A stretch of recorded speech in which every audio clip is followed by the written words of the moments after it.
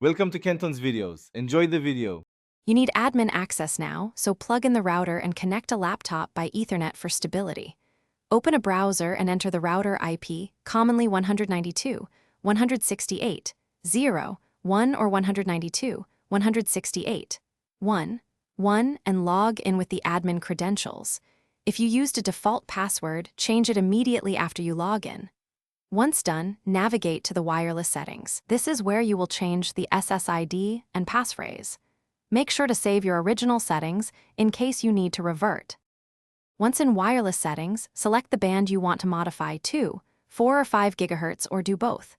Change the SSID to a non-identifying name. You do this so your network is recognizable but not revealing. Next, pick WPA2 or WPA3 security. These protect your devices against casual snooping.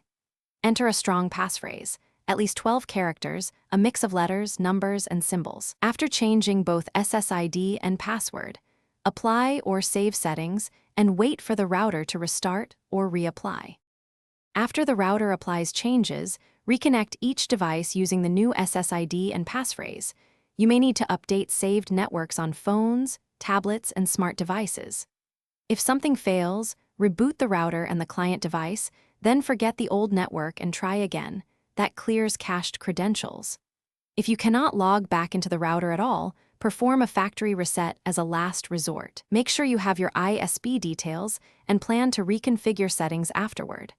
Always store admin and Wi-Fi credentials securely.